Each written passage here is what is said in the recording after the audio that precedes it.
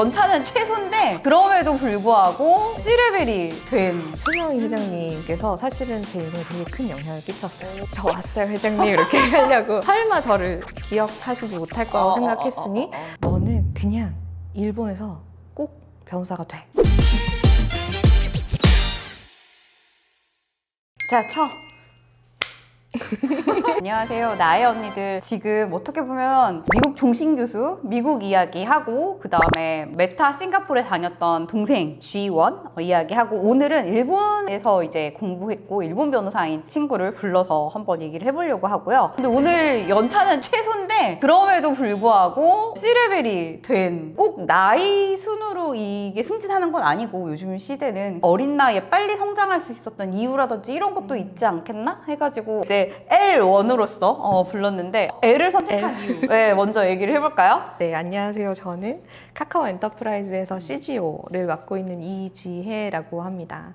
CGO가 좀 흔치 않은 직책이어서 잠깐 말씀을 드려보면 치프 그로스 오피서예요. 되게 멋있죠.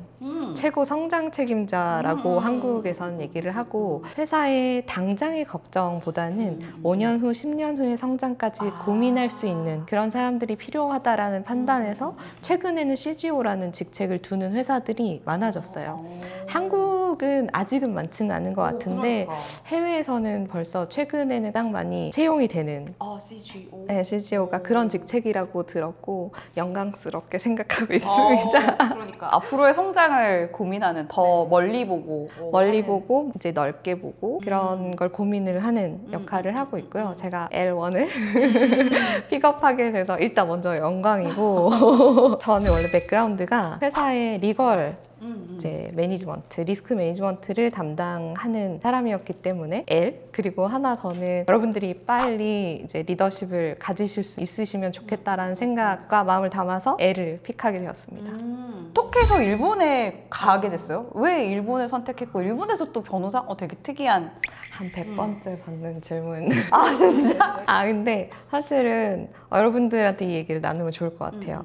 당연히 처음에는 이제 영어 공부 열심히 해서 영미권을 가고 싶다는 생각을 했었죠. 저도. 그러던 중에 되게 우연히 엄마가 지인분이 계신데 그분이 일본에서 유학을 하셨고 이제 부교수까지 가신 거예요. 일본의 좋은 점들을 얘기를 해주신 거예요. 공부하는 환경으로서는 굉장히 좋다. 근데 제가 좀 마음에 들었던 거는 아르바이트를 할 수 있는 환경이 돼요. 유학생도 이제 한 달에 몇 시간, 일주일에 몇 시간 이렇게 정해서 그 비자를 받으면 아르바이트를 할 수 있고 미국도 당연히 장학금 제도 같은 게 되게 잘 되어 있지만 사실 1년차 때부터 장학금을 받기가 쉽지는 않은데 일본 그런 제도가 너무 잘 돼 있어요. 그래서 이제 제가 조금씩 알아보면서 일본이 참 괜찮을 수도 있겠다라는 생각을 하게 된 거예요. 그래서 일본으로 단기 비자를 받아서 갔어요. 무작정. 그래서 이제 일본을 가게 됐고 어떻게 보면 또 거기서 이제 대학을 나왔기 때문에 거기서 이제 사법 시험을 일본에서 네. 이제 보는 거를 선택을 해서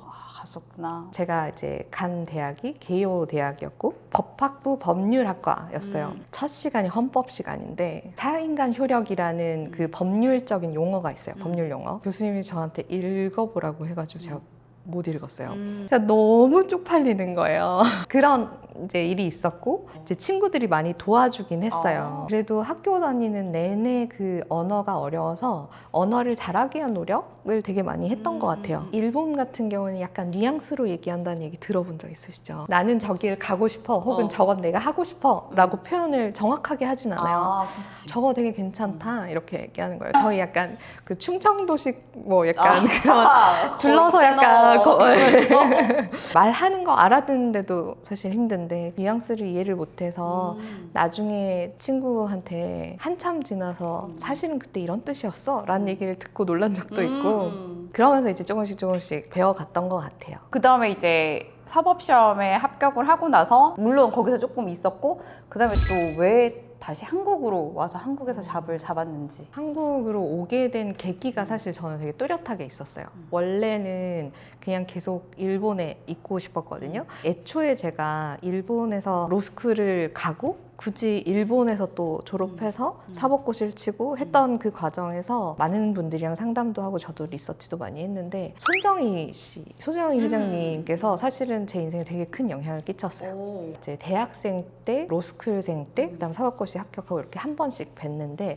이게 따로 뵌 건 아니고 강연을 오셨어요. 많은 사람 중에 한 명으로 자 이렇게 앉아서 이야기를 듣고 네, 강연을 되게 멋있는 이야기들을 해주셨어요. 자기가 왜 뭐 미국으로 유학을 갔다 와서 자기는 어떻게 이렇게 자리를 잡았고 강연의 경우에 일본은 보통 이렇게 줄 서서 기다리면서 질문도 하고 사인도 받고 이렇게 해요. 줄 서서 기다려서 이제 질문을 드렸어요. 당신은 올드커머로서 일본에서 너무 성공해서 난 너무 존경하고 진짜 너무 롤모델이다. 근데 제가 지금 이런 걸 고민 중이다. 그러니까 한국 사람이라서 한국으로 가면 어떻게 보면 뭐 조금 더 쉽게 적응을 할 수도 있을 것 같고 사회생활 좀 더 쉬울 것 같기도 하고 또 이제 영미권으로 한 번 더 이제 가보고 싶기도 하고 이런 고민이 있다 그랬더니 너는 그냥 일본에서 꼭 변호사가 돼 이렇게 얘기를 하시는 거예요. 일단 그 남들이 안 가는 길을 가보는 게 사실 되게 귀하다.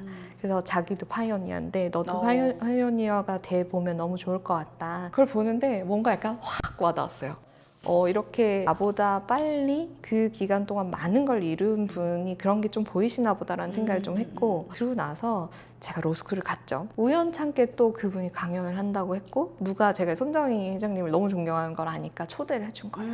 그래서 가서 뵀는데 제가 너무 놀랐던 게 동일하게 강연을 하고 그 강연장 더 큰 곳이었어요. 이제 저 또 기다렸죠.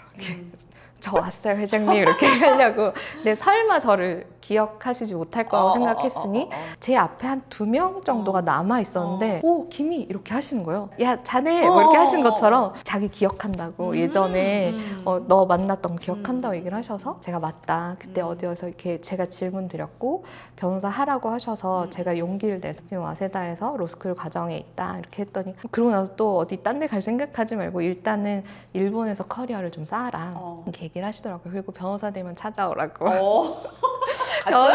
변호사 아니 근데 어떻게 찾아가요? 그래 가야지 무슨 소리야. 그렇게 해주셔서 제가 일본에서 변호사가 된 거예요. 근데 그러다 보니까 이 커리어를 제가 이제 생각할 때 한국에서도 인턴십을 했었거든요. 김현장에서도 하고 뭐 세종, 그다음 화우 뭐 이런 되게 유명한 로펌들에서도 하면서 한국도 참 어떻게 보면 일본보다 변호사들의 환경이 더 좋다. 로펌의 환경이 일하는 환경이 훨씬 낫습니다. 진짜? 네. 일본에서 제 이름을 건 로펌을 갖는 게 제가 사실은 저의 꿈이었어요. 그래서 원래 이제 그 준비를 위해서는 제가 어렸을 때부터 자기 클라이언트를 갖는 연습을 해야 돼서 1년차 때부터 조금씩 제 클라이언트를 이제 꾸준히 늘려갔었고 그러면서 이제 또 지금 제가 원담고 있는 카카오도 제 클라이언트가 됐던 거죠. 그때? 네, 맞아요. 그렇게 일본 로펌에서 일을 하다가 제가 카카오가 저의 클라이언트가 되면서 카카오라는 기업이 빠른 의사결정, 정확한 방향 제시, 그리고 유연한 이제 실행 빠른 실행 뭐 이런 것들이 제가 봤을 때는 참 이런 조직이라면 함께 일하면 좋겠다라는 생각을 하던 찰나에 너무 감사하게 스카웃을 해주셔가지고 제가 이제 더 이상 남의 일 말고 우리 일 함께 해보지 않을래? 라고 얘기를 주셨어요. 저는 원래도 우리 일, 나의 일을 하고 싶어서 이제 일본에서 내 로펌 세우고 싶었던 건데 그 말씀이 되게 와닿아서 이제 한국으로 오게 됐죠. 카카오에 조인하면서. 변호사인데 그냥 변호사 일에만 묶이지 않고 더 넓게 비즈니스까지 지금 보고 성장에 대한 걸 그려나가는 그런 포지션이라서 변호사 분들한테도 되게 좋은 이야기일 것 같아. 이게 과거부터 미국에는 이제 자기가 어터니이면서 사업을 하시거나 정치를 하시거나 아니면 또 의사이시거나 이런 분들이 굉장히 많은 걸로 알고 있어요. 실제로 이제 미국 변호사 자격을 가지고서 다른 활동을 하시는 분들 3분한테 여쭤봤는데 그게 이제 리걸 마인드를 갖는 것 자체가 사실은 그 어떤 일을 하는데도 도움이 된다. 그리고 자격증이 주는 신뢰가 있기 때문에 맞아. 네, 왠지 쟤는 사기 안 칠 것 같고 약간 쟤는 도망 안 갈 것 같고 이런 게 있어서 되게 도움이 된다고 말씀을 하시더라고요. 일본도 그렇고 한국도 그렇고 막 제가 이제 자격증 따고 이랬을 때는 사실은 변호사를 하시면서 그렇게 비즈니스 하는 경우 많지는 않았던 것 같아요. 뭐랄까 너는 법무라서 그렇게 보는 거야. 이렇게 자꾸 리스크에 빠지는 거죠. 어떤 사업이든 사실 리스크가 없을 수 없는데 변호사들이기 때문에 특히 리스크 매니지먼트에 더 신경을 쓰고 사업이 되게끔 하는 리스크 매니지먼트보다는 이거 하시면 안 돼요. 이거 그렇지. 하면 위험해요. 이런 이제 발언들을 많이 하다 보니까 약간 이제 그 비즈니스 세계에서는 조금 도태되거나 아니면 이제 받아들여지지 않는 그런 케이스들이 많이 있었던 것 같은데, 제가 그래서 이제 카카오 오면서 처음에는 아마 저도 그랬을 거예요. 굉장히 거기에 젖어 있었겠죠. 근데 가면서 점점 저한테 이제 준 숙제가 있었는데, 처음에 이제 저를 데려와 주신 분이 공감하는 해결사가 됐으면 좋겠어 라고 얘기를 하시더라고요. 그러니까 이제 많이 들어주고 공감하는 것까지는 너무 좋은데 거기서 해결해 주려면 사실은 조금 더 알기 쉽게 얘기를 해줄 수 있어야 되고 더 좋은 길을 안내를 해줘야 돼서 친절한 해결사 참 좋다. 그래서 지금 저의 목표는 친절한 해결사고, 많은 변호사님들께서 그런 길을 걸으셨으면 좋겠다라는 생각이 들어요. 일본에서도 되게 커리어도 되게 잘 쌓고 있었지만 어쨌든 한국에서 잡에 대해서 오퍼가 있었고 좋은 자리고 함께 했으면 좋겠다라고 말씀해 주시는 분이 또 있어가지고 또 와가지고 또 여기서도 하고, 본인 또 일본에서 열심히 했기 때문에 또 한국에서 그거를 또 알아가지고 알고 해가지고 이렇게. 언니 말도 마세요. 매일매일 새벽 4시 퇴근, 근데 10시 출근, 뭐 9시 출근, 요거를 한 4년 한 거죠. 열심히 했던 것 같아요. 그리고 또 그게 좋았고.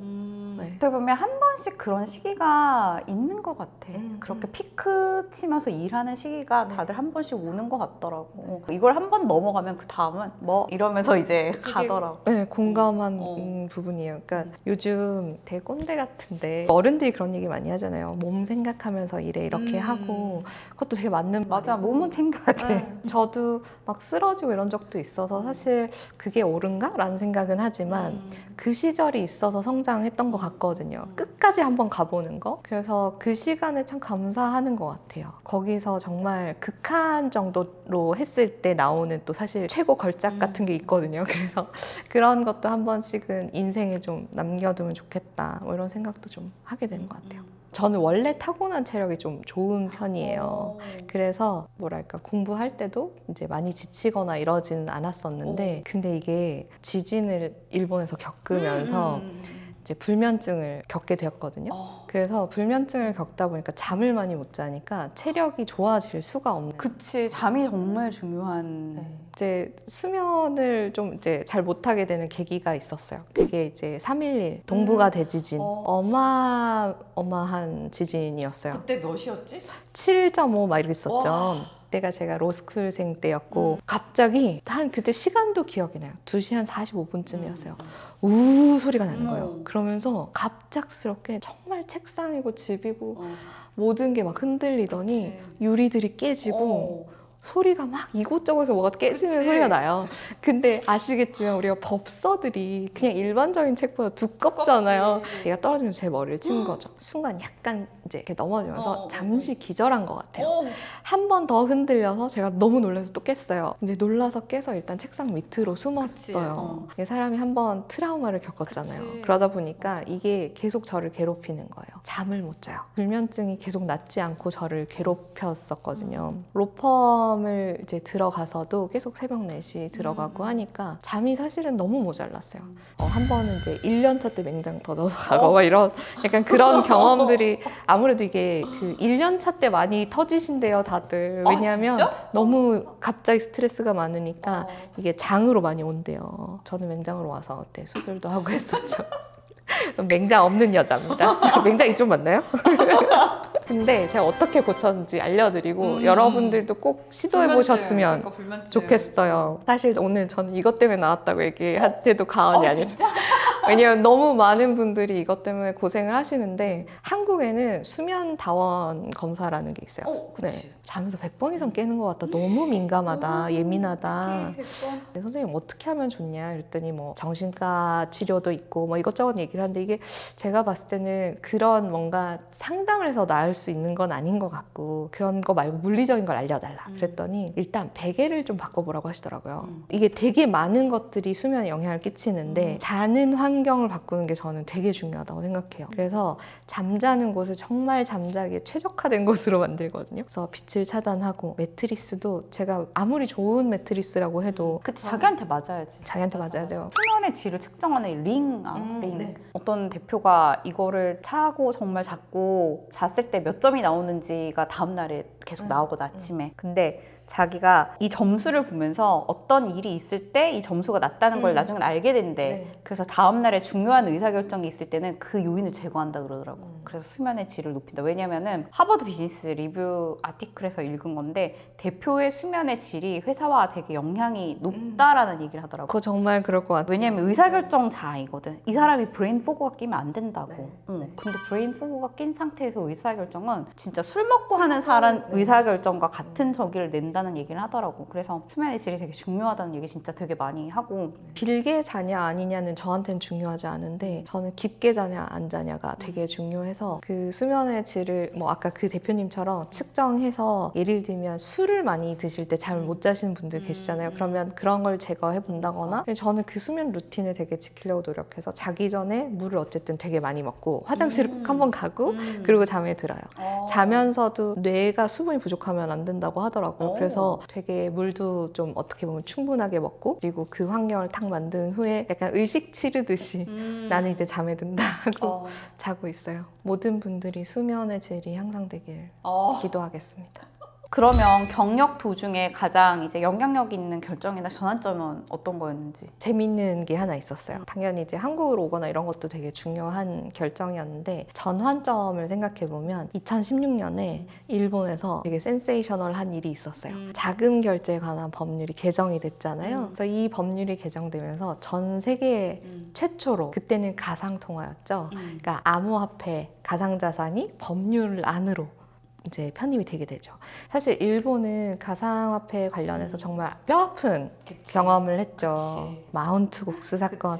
전 세계의 한 70%의 비트코인이 다 여기서 거래된다고 할 정도로 정말 유명했던 거래소였고 거기가 이제 해킹을 당하면서 한 4천억 그 정도의 그 가상자산이 하늘로 날아갔죠.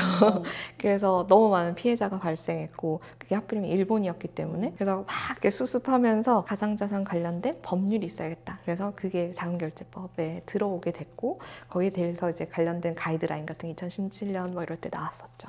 근데 제가 그때 이제 로펌 들어간 지 얼마 안 됐을 때고 한데 저 자리에 그 화이트보드에 비트코인 공부하기 이렇게 써놨는데 마침 이제 법률 개정이 됐다고 하니까 이거다. 이거는 배워두면 무조건 돈이 된다. 이렇게 생각을 해서 이제 공부를 시작했죠. 그리고 이제 관련돼서 어떤 사업이 있는지 일본에서는 되게 빠르게 ICO 같은 게 이루어져서 그런 것도 좀 보고 뭐 사람도 만나보고 그게 이제 제가 좀 리스크가 있는 사업에 법률이 이제 어떻게 보면 굉장히 중요한 역할을 할 수 있겠다라는 걸 깨달을 수 있는 좋은 계기가 됐던 것 같아요. 그렇게 자금결제법 개정되고 가이드라인 나오고 하면서 약간 그렇게 인식이 만들어졌을 때가 있었어요. 일본으로 가면 관련된 사업을 할 수 있다. 갑자기 이렇게 막 상담하고 싶다고 하는 분들이 이제 많이 생긴 거죠. 그게 저한테는 되게 좋은 계기였던 것 같아요. 그때가 제가 스타트업 대응이 거의 피크였던 것 같아요. 그리고 제 개인 클라이언트도 많이 생기고 그랬었죠. 그랬기 때문에 이제 카카오에서 블록체인 관련 사업에 대해서 이제 얘기를 하셨을 때 비트코인 좀 아니? 이렇게 물어보셨거든요. 그래서 제가 저한테 비트코인을 물어보시나요? 그래서 제가 이제 다다다다 이렇게 얘기를 하게 됐던 거죠. 그래서 이제 또 여기 조인하게 됐던 것도 있었던 것 같아요. 네. 준비된 공부를 했던 사람이고 비트코인이 뭔지 알았기 때문에 오퍼가 왔을 때 잡을 수 있지 않았나? 라는 생각이 또 드네. 준비가 안 돼 있었으면 사실은 되게 어려운 분야긴 해요. 이게 법률이 있어도 그다음 뭐 세법 쪽도 되게 복잡해서 공부를 진짜 해놓지 않았으면 사실 이거 하자고 했을 때 자신이 없었을 것 같긴 해요. 그 늘 생각하는 것 중에 하나가 기회는 내가 만들 수 없다. 남이 주는 거다. 근데 그걸 잡으려면 준비되어 있어야 된다. 이게 있는데 그렇게 잘 잡으면 또 사실은 운이 좋았다라고 생각할 수 있는 되게 좋은 계기가 되는 것 같기도 하고 되게 공감합니다. 항상 깨어 있어야 되고 근데 세상이 너무 빨리 바뀌어가지고 너무 많아. 그러게요. 너무 많아. 네. 그럼 일본이랑 한국 비즈니스 차이도 있을 것 같은데 왜냐면 이제 웹3 쪽은 일본이 지금 좀 더 한국보다 활발하게 가다 보니까 일본 비즈니스 매너라든지 이런 거 궁금해하는 사람도 되게 많다. 뭐 일본에 또 클라이언트 만나러 방문할 때는 되도록이면 검정색, 흰색의 그런 옷? 뭐 이런 얘기도 해가지고 좀 다르다 이런 생각이 들어가지고 네, 이 이야기가 일본 진출을 생각하고 계시는 한국 분들한테 도움이 많이 됐으면 좋겠는데 정말 달라요. 문화가 너무 다르고 특히 비즈니스 매너가 너무 다른데 일단 일본은 환대 문화라는 게 있어요. 오모테나시라고 표현을 하는데 이제 어딘가를 방문하게 되면 정말 이제 잘 준비를 해주세요. 그리고 반대로 그렇게 잘 해주시기 때문에 우리는 가는 입장에서 오미야게 선물을 하나씩 가져갑니다. 아, 한국에서 일본으로 갈 때? 제가 한국에서 일본 갈 때도 그렇고 일본에서 일본을 방문할 때도 그러니까 클라이언트들이 방문해 주실 때도 그런 뭐 토라야끼나 이런 것들 가져오시는 경우가 굉장히 많으세요. 조금 하나라도 선물 준비해 가시면 아마 저 사람 일본 문화를 좀 이해하네 라고 생각하실 거예요. 그래서 그런 건 준비하시면 좋을 것 같고 그 아까 복장 얘기하셨는데 이게 되게 재밌는 게 일본이 쿨비즈도 하고 막 비즈니스 캐주얼도 얘네들이 막 얘기를 해요. 근데 아직도 아시겠지만 거의 대부분이 아직도 그렇게 자켓에 정장을 입으시는 넥타이 정장을 하시는 경우가 굉장히 많아요. 그게 아직도 매너라고 생각하시고 준비된 자세 딱 이런 걸로 좀 생각하시는 것 같아요. 그걸 맞추려면 사실 저희도 좀 어느 정도는 복장을 갖추고 가는 게 비슷하게 이제 저들도 갖추고 왔구나라고 생각하실 것 같아요. 그럼 이제 조직 운영에 대한 이야기를 한번 해볼까? 되게 어린 나이에 되게 이제 C레벨 높은 자리에 올라가 있고 하다 보니까 조직 운영을 할 때 본인은 어떤 리더라 생각하는지. 좋은 리더가 되려면 빠른 의사결정, 정확한 방향 제시 이게 너무 중요하다고 생각해서 항상 그걸 좀 해드리고 있는데 저희 이제 조직원 분들이 아델라랑 일하면 이런 건 좋아요 라고 얘기하는 것 중에 하나가 어쨌든 정확하게 의사결정 해주셔서 좋다 그리고 좀 책임져 줄 것 같아서 좋다 이런 얘기는 해주시는 것 같아요. 혹시 조직에서 이제 같이 일하는 사람 중에 본인보다 나이 많으신 분들이 있나? 대부분이 일단은 리더분들은 대부분 팀장님들은 저보다 나이가 많으시고 그 외에 팀원 분 중에도 나이가 많은 분들도 계시긴 합니다. 그리고 지금 조직 말고 그 전에 이제 뭐 리걸 팀장 할 때도 저보다 한 15살 정도 많은 분도 같이 일을 했던 적이 있어요. 사실 나이 차이가 별로 안 날 때는 크게 티가 안 나는데 나이 차이가 많이 날 때 정말 많은 생각을 하게 되는 것 같아요.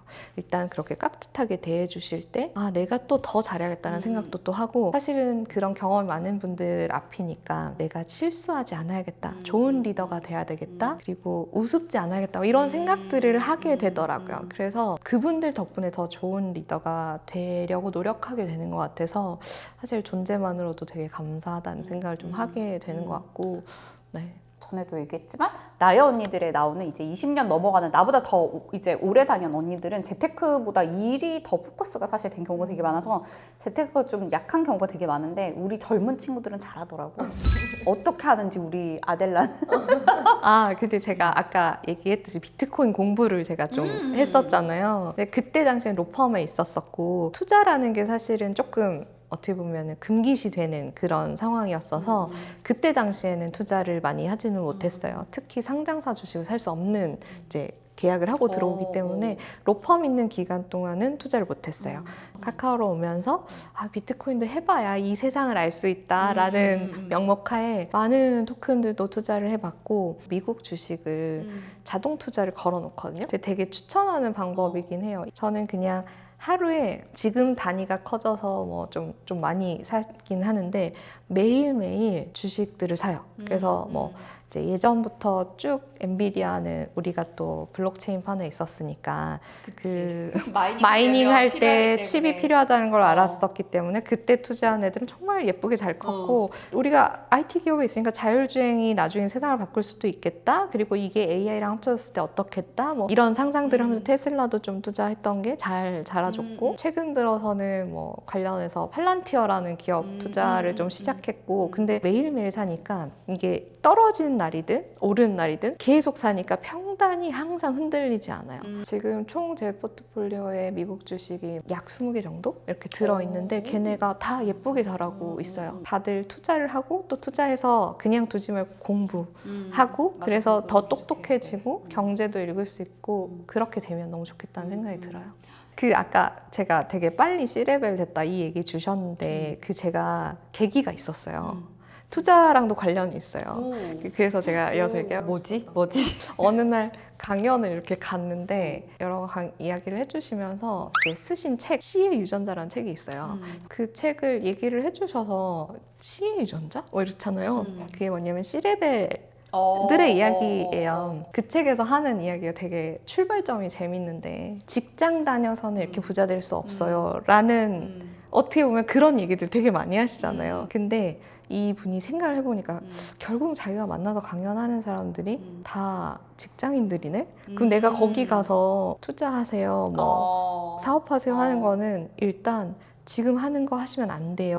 그렇게 들릴 수 있구나. 들릴 수 있죠. 그래서 직장인이면서도 더 좋을 수 있는 방법은 없나? 더 성장하고 더 어떻게 보면 부자가 될 수 있는 방법은 없나? 라는 고민을 하면서 이제 이 책을 쓰시게 됐대요. C의 유전자. 네, C의 유전자. 근데 그 책에 보면 C레벨들이 얼마나 잘 버는지에 대한 내용들이 일단 나와요. 막 버버리에 뭐 C에 버는 얼마를 벌고 뭐 그런 내용도 있고 뭐 어떤 사람을 C레벨로 데려갔는지 그리고 보면 우리가 리걸 책임자, 법무팀장도 리걸을 책임지잖아요. 근데 리걸 그 CLO가 있잖아요. 법무 최고 책임자 이렇게 있으면 법무팀장은 어떻게 보면 리스크 매니지먼트가 가장 중요한 역할인데 CLO의 역할은 그러면 안 된다라는 내용을 얘기를 해요. 정말 회사의 전체를 바라볼 수 있어야 되고 그러면 리스크가 이만큼 있지 이거에 대해서 내가 책임을 져야 되는데 이것 때문에 사업이 안 되면 안 되니 내가 어떻게 바라보고 리스크 매니지먼트를 할까에 대한 그런 고민을 해야 된다는 내용을 이렇게 써두신 거예요. 사실 저는 되게 와닿기는 했어요. 근데 그때 당시에 제가 트러스트에서 법무팀장을 담당하고 있었는데 이미 제가 하는 것들이 연습을 하고 있었던 게 아까 공감하는 해결사, 친절한 해결사를 하기 위해서는 비즈니스 팀과도 되게 이제 원활하게 커뮤니케이션을 하고 그 안에서 또 사업이 잘 되게끔 하는 걸 같이 고민을 해드려야 되니까 그런 걸 하고 있었거든요. 그러면 내가 CLO 같은 이렇게 C 레벨을 해보는 게 나의 성장에 도움이 되겠구나라는 생각을 했었어요. 사실은 요즘 세상에 그 실리콘밸리의 팀장들이라는 책을 보면 승포자라는 단어가 나오거든요. 요즘에 많지 안 하려고. 승진 포기자들이 되게 많고 매니지먼트를 하는 거에 대해서 되게 불편해하거나 나는 그거 안 할래, 그냥 실무할래 라는 분들이 되게 많은데 이걸 한번 해보고 회사의 전체적인 그런 흐름에 대한 고민을 해보는 게 사실은 되게 좋다는 생각을 저는 하게 됐어요. 이게 실제 해보기 전에는 몰랐던 것들도 많이 알게 되고 맞아요. 사실 또 중요한 또 의사결정도 해본다는 게 성장시켜주거든요. 근데 만약에 기회를 잡을 수 있다면 저는 꼭 그런 승진을 또 이제 적극적으로 좀 이제 노력해 보시고 그 안에서 매니지먼트도 좀 해보시면 좋겠다라는 생각이 들었습니다. 그리고 이제 어떻게 보면 이제 본인이랑 비슷하게 커리어 빌딩하고 싶은 후배들이라든지 뭐 동료들, 뭐 비슷한 친구들에게 해주고 싶은 말. 너무 많은데요. 일단은 잠을 푹 주무시고요. 저는 아까 L을 택했듯이 어쨌든 제 백그라운드가 법무에 있으니까 로펌에 지금 다니고 계시거나 뭐 개인적으로 그런 개인 변호사를 하고 계신 분들이 많을 것 같기는 해요. 근데 가능하면 회사에 들어가서 우리의 일을 경험해보는 게 좋을 것 같다는 생각이 들어요. 그러니까 이게 어디까지나 자문해보셔서 알지만 자문할 때 우리 정말 최선을 다해서 하잖아요. 근데 안 되면 안타깝긴 하지만 안 됐을 때 내가 잘못되는 건 아니잖아요. 배수의 진을 칠 수 없다는 게 사실은 좀 다른 영역이라고 생각하거든요. 그래서 정말 이게 안 되면 우리 회사가 망해. 그러면 정말 최선을 다해서 사실은 이 사안을 바라보게 되는 게 저는 그 경험이 엄청 좋다고 생각해요. 그래서 그걸 한번 하고 다시 로펌 돌아가시면 돼요. 그러면 훨씬 좋은 변호사가 되어 계실 거예요. 우리의 일 혹은 나의 일을 경험해보는 게 일에 대한 태도 이런 게 훨씬 달라질 수 있다는 생각이 좀 들더라고요.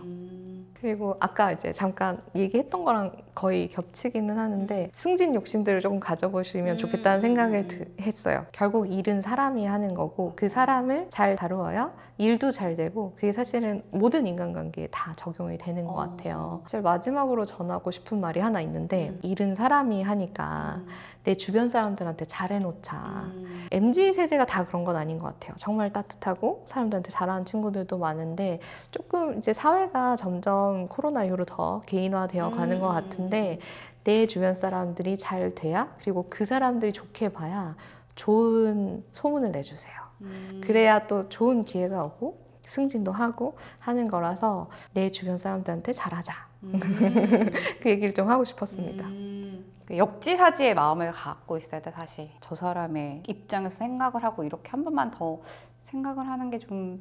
근데 나도 뭐 나이가 들고 회사 다니면서 갈등이나 이런 걸 겪으면서 이제 깨달은 거지. 저쪽 입장에서 생각하면 그럴 수도 있겠구나라는 생각을 이제 하게 되더라고. 오늘 우리 진짜 최장시간이다? 우리가 막 일본 이야기도 하고 또 나랑 업계 또 있다 보니까 업에 대한 이야기라든지 이런 거 막 하다 보니까 경력은 제일 짧으면서 말은 제일 너무 길어. 많이 얘기한 것 같아요. 네. 이렇게 오늘 와줘서 또 너무 고맙고 시간 내줘서 너무 고맙고 많은 얘기 해줘서도 너무 고맙고 오늘 불러주셔서 감사드리고 저도 너무 좋은 시간이었어요. 오케이. 감사합니다. 안녕. 저기도 안녕해. 여기도 안녕해. 여기도 안녕.